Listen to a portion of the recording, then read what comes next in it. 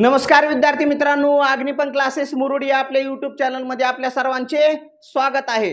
आपल्या या चॅनल मध्ये इंग्रजी विषयातील जे ग्रामरचे घटक आहेत ते ग्रामरचे घटक एकदम साध्या सोप्या आणि मराठी भाषेमध्ये शिकवले जातात। त्यामुळेच लवकरात लवकर आमच्या चॅनलला जर तुम्ही नवीन असाल तर लाईक, शेअर आणि सबस्क्राइब करा। चला तर विद्यार्थी मित्रांनो, आज आपण पाहणार आहोत इंग्रजी ग्रामर मधील एक महत्त्वाचा घटक जो की 7वी पासून 12वी पर्यंतच्या विद्यार्थ्यांना हमखास परीक्षेमध्ये विचारला जातो। त्याचं नाव आहे remove to oblique use so that. म्हणजे दिलेल्या वाक्यामध्ये जर TOO असेल तर ते आपल्याला काढून टाकायचं आहे आणि त्या ठिकाणी आपल्याला सो टिंब दॅट वापरायचं आहे। परीक्षेमध्ये सूचना येते हे TOO चं वाक्य परीक्षेमध्ये येते आणि त्यावेळेस सूचना येते यूज सो दॅट। मग त्यावेळेस आपल्याला दिलेल्या वाक्यामध्ये TOO काढून सो दॅटचा वापर करता आला पाहिजे। तर त्यासाठी काही 4-5 महत्त्वाचे नियम आहेत, ते नियम आपल्याला माहिती असायला पाहिजेत। लवकरात लवकर याचा तुम्ही स्क्रीनशॉट काढून घ्या आणि चांगल्या प्रकारे याचा अभ्यास करा। तर नियम पहिला आहे TOO चा अर्थ इतका की नाही असा होतो। TOO चा अर्थ इतका की नाही असा होतो। तर दिलेल्या वाक्यातील TOO काढून त्या ठिकाणी सो वापरायचा आहे। TOO काढून टाकायचं आणि त्याच्या ठिकाणी सो वापरायचा आहे। दुसरा नियम, दिलेल्या वाक्यातील दुसऱ्या TOO च्या ठिकाणी दॅट वापरायचा आहे। हे TOO एक दिलेले असते आणि TOO एक दिलेले असते। मग हे TOO काढून सो वापरायचं, TOO काढून दॅट वापरायचं। त्यानंतर दॅटच्या नंतर योग्य ते पुरुषवाचक सर्वनाम वापरावे। दिलेल्या वाक्यामध्ये जर समजा ही, सी, इट, वी, दे असेल तर ते जशाला तसं सर्वनाम घ्यायचं आहे। परंतु जर समजा एखादं मुलाचं नाव दिलेलं असेल तर ही घ्यायचं, मुलीचं नाव दिलेलं असेल तर सी घ्यायचं। त्यानंतर कर्त्याच्या नंतर काय लिहायचं आहे, वर्तमान काळ असेल तर कॅन नॉट लिहायचं। मग ओळखायचं कसं, जर दिलेल्या वाक्यामध्ये ॲमिजार असेल तर वर्तमान काळ, मग जर ॲमिजार असेल तर कॅन नॉट वापरायचं, सो दॅटच्या वाक्यामध्ये कॅन नॉट वापरायचं। आणि जर दिलेले वाक्य भूतकाळाचे असेल ओळखायचं कसं, जर दिलेल्या वाक्यामध्ये जर वॉज आणि वेअर असेल, हे टू बीचं भूतकाळी सहाय्यकारी क्रियापद जर असेल तर ते आपल्याला काढून टाकायचं आहे। म्हणजे TOO च्या वाक्यामध्ये जर वॉज वेअर असेल तर आपल्याला सो दॅटच्या वाक्यामध्ये कुड नॉट वापरायचं आहे। लक्षात ठेवा, हे आपल्याला सो दॅटच्या वाक्यामध्ये वापरायचं आहे। कॅन नॉट आणि कुड नॉट सो दॅटच्या वाक्यामध्ये वापरायचं आहे। दिलेल्या वाक्यामध्ये TOO च्या वाक्यामध्ये, दिलेल्या प्रश्नामध्ये TOO च्या वाक्यामध्ये जर फॉर मी असेल तर त्याऐवजी आपल्याला दॅट आय वापरायचं आहे सो दॅटच्या वाक्यामध्ये। फॉर हर असेल तर सो दॅटच्या वाक्यामध्ये दॅट सी वापरायचं आहे। म्हणजे इकडे द्वितीय विभक्ती दिलेली आहे कर्त्याची, तर आपल्याला काय करायचं आहे, सो दॅटच्या वाक्यामध्ये दॅटच्या नंतर त्याची प्रथमा विभक्ती लिहायची आहे। दिलेल्या द्वितीय विभक्तीची प्रथमा विभक्ती करायची आहे दॅटच्या नंतर। फॉर हिम असेल तर दॅट ही, फॉर यू असेल तर दॅट यू, फॉर अस असेल तर दॅट वी, फॉर देम असेल तर दॅट दे। अशा प्रकारे आपल्याला द्वितीय विभक्तीचं प्रथमा विभक्तीमध्ये रूपांतर करायचं आहे सो दॅटच्या वाक्यामध्ये। चला तर विद्यार्थी मित्रांनो, आपण दिलेल्या वाक्यामधील TOO काढून सो दॅटचा वापर कशा प्रकारे करतात ते वेगवेगळे उदाहरण घेऊन आपण पाहू। तर या ठिकाणी फर्स्ट एक्झाम्पल आहे, Pranita is too shy to speak. Pranita इतकी लाजाळू आहे की ती काही बोलू शकत नाही, असा या वाक्याचा अर्थ होतो। आणि आपल्याला करायचं आहे यूज सो दॅट, म्हणजे दिलेल्या वाक्यामधील TOO काढून टाकायचं आहे आणि सो दॅटचा वापर करायचा आहे। मग सुरुवातीला आपण सांगितलेलं आहे की दिलेल्या वाक्यामधील हा कर्ता आणि सहाय्यकारी क्रियापद ॲज इट इज लिहून घ्यायचं आहे। प्रणिता इज, त्यानंतर काय करायचं आहे, कर्ता आणि सहाय्यकारी क्रियापद जशाला तसं लिहून घेतल्यानंतर दिलेल्या वाक्यातील TOO काढून टाकायचं आहे आणि त्या ठिकाणी आपल्याला SO सो वापरायचं आहे, सो। त्यानंतर शाय, त्यानंतर TOO सुद्धा काढून टाकायचं आहे आणि TOO च्या ठिकाणी दॅट शब्द वापरायचा आहे, दॅट। त्यानंतर नियमामध्ये आपण सांगितलेलं आहे की दॅटच्या नंतर आपल्याला काय करायचं आहे, कर्ता लिहायचा आहे, सब्जेक्ट लिहायचा आहे। या ठिकाणी प्रणिता आहे, मग या ठिकाणी आपल्याला प्रणिता लिहायचं नाही, तर प्रणितासाठी जे प्रोनाउन येते ते प्रोनाउन लिहायचं आहे आपल्याला। प्रणितासाठी सी हे प्रोनाउन लिहायचं आहे, दॅट सी। सीच्या नंतर आपल्याला दिलेल्या वाक्यामध्ये एम इज आर असेल किंवा दिलेलं वाक्य वर्तमान काळाचं असेल तर आपल्याला काय करायचं आहे, कर्त्याच्या नंतर कॅन नॉट लिहायचं आहे. Can not speak. लक्षात ठेवा, TO2 काढून हा एक शब्द काढून आपण 4 शब्द घेतलेले आहेत. दॅट, सी, कॅन नॉट हे एक TO2 काढून 4 शब्द घ्यायचे आहेत. TO2 काढून सो घ्यायचा आहे आणि बाकी जशाला तसं वाक्य. Pranita is so shy that she can not speak. Pranita इतकी लाजाळू आहे की ती काहीही बोलू शकत नाही. 2 नंबरचं एक्झाम्पल आहे, he was too weak to walk. He was too weak to walk. तो इतका अशक्त होता की चालू शकत नव्हता. मग या ठिकाणी कर्ता आणि सहाय्यकारी क्रियापद ऍज इट इज लिहून घ्यायचं आहे. सब्जेक्ट आणि helping verb as it is लिहायचं आहे. He was. त्यानंतर TOO2 काढून काय घ्यायचं आपल्याला, SO सो घ्यायचं आहे.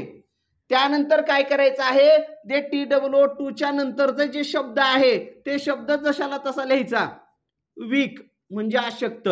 त्यानंतर TO2 काढून आपल्याला दॅट घ्यायचं आहे. TO2 काढून दॅट आणि दॅटच्या नंतर लक्षात ठेवा आपल्याला TO2 काढून 4 शब्द लिहायचे आहेत. त्यामध्ये दॅटच्या नंतर आपल्याला सब्जेक्ट लिहायचा आहे. मग या ठिकाणी ही आहे.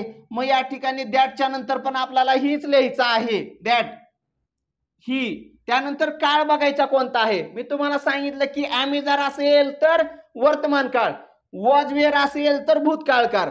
मग एम इज आर असेल तर कॅन नॉट घ्यायचं, वॉज वेअर असेल तर कुड नॉट घ्यायचं. मग या ठिकाणी वॉज आहे म्हणजे आपल्याला काय करायचं आहे, कुड नॉट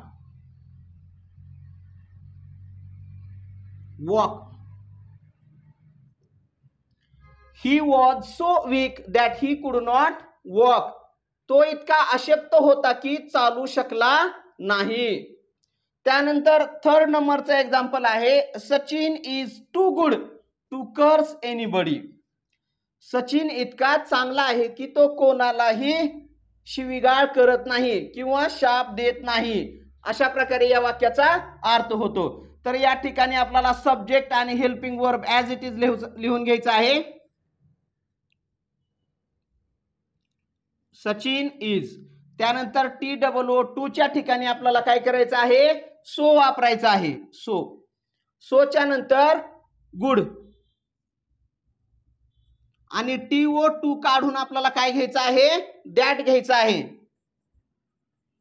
दॅटच्या नंतर आपल्याला दिलेल्या वाक्यामधील कर्ता लिहायचा आहे. या ठिकाणी सचिन आहे म्हणजे या ठिकाणी आपल्याला सचिन लिहायचं नाही. सचिन बद्दल जे आपल्याला प्रोनाउन आहे ते प्रोनाउन या ठिकाणी घ्यायचं आहे, ही, दॅट, ही. आता काळ कोणता आहे, इज आहे म्हणून वर्तमान काळ. वर्तमान काळ असेल तर कॅन नॉट कर्स एनीबडी.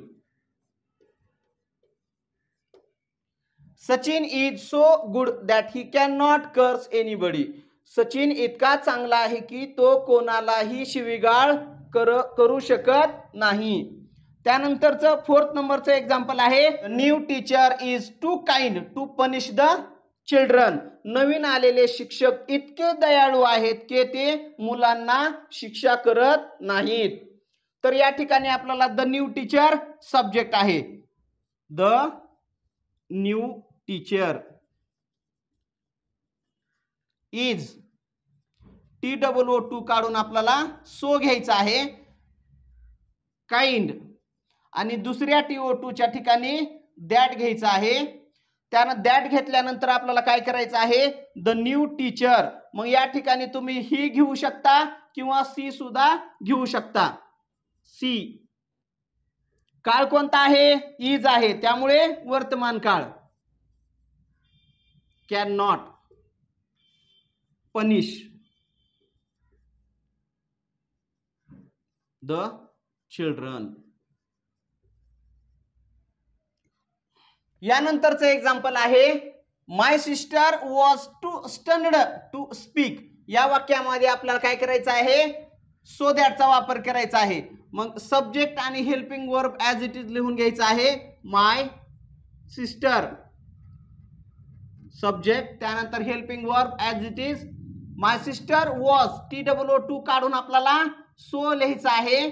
सोच्या नंतर स्टन्ड म्हणजे स्तब्ध राहणे. त्यानंतर TOO काढून आपल्याला काय घ्यायचं आहे, दॅट. दॅटच्या नंतर आपल्याला सब्जेक्ट लिहायचा आहे. माय सिस्टर आहे म्हणजे आपल्याला स्त्रीलिंगीसाठी काय लिहायचं आहे, सी. काळ कोणता आहे, या ठिकाणी दिलेल्या वाक्यामध्ये वॉज आहे म्हणून भूतकाळ. भूतकाळ असेल तर could not speak.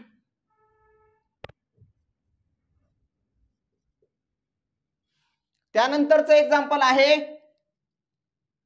At that time, त्यावेळी. At that time we were too young to understand your problem.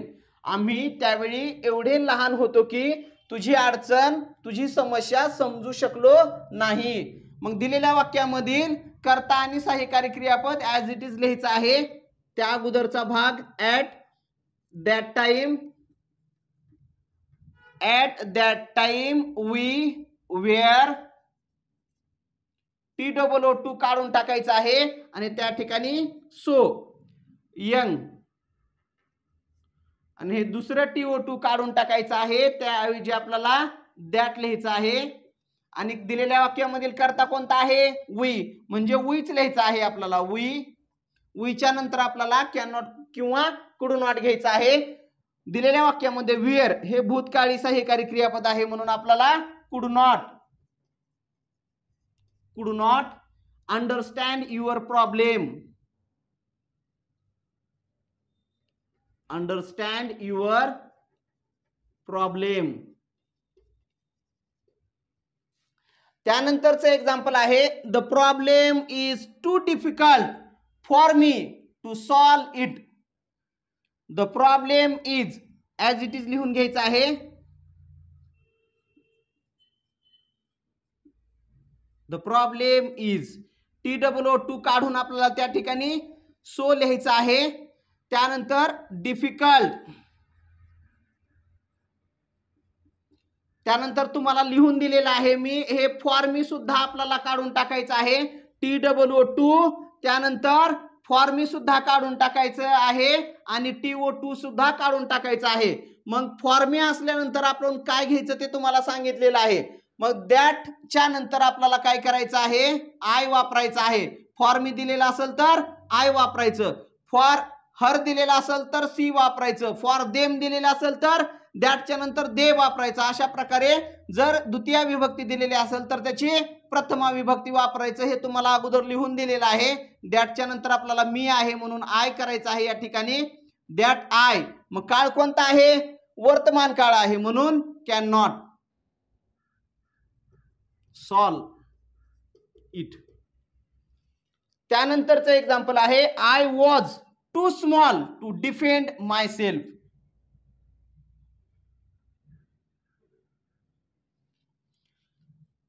कर्ता आणि सहाय्यकारी क्रियापद ॲज इट इज, TOO काढून त्या ठिकाणी सो वापरायचं आहे, स्मॉल. त्यानंतर हे दुसरं टू काढून त्या ठिकाणी आपल्याला दॅट वापरायचं आहे आणि दॅटच्या नंतर कर्ता लिहायचं आहे आय, दॅट आय. त्यानंतर काळ कोणता आहे, वॉज म्हणजे भूतकाळ आहे म्हणजे आपल्याला काय करायचं आहे, could not defend my self. I was so small that I could not defend myself. मी इतका लहान होतो की मी स्वतःचा बचाव करू शकलो नाही. तर अशा प्रकारे विद्यार्थी मित्रांनो आपण दिलेल्या वाक्यामध्ये जर TOO आणि TOO असेल तर ते काढून त्या ठिकाणी सो आणि दॅटचा वापर कशा प्रकारे करायचा हे आपण वेगवेगळे उदाहरण घेऊन पाहिलेलं आहे. जर तुम्हाला हा व्हिडिओ आवडला असेल तर लाईक, शेअर आणि सबस्क्राईब करायला विसरू नका. धन्यवाद.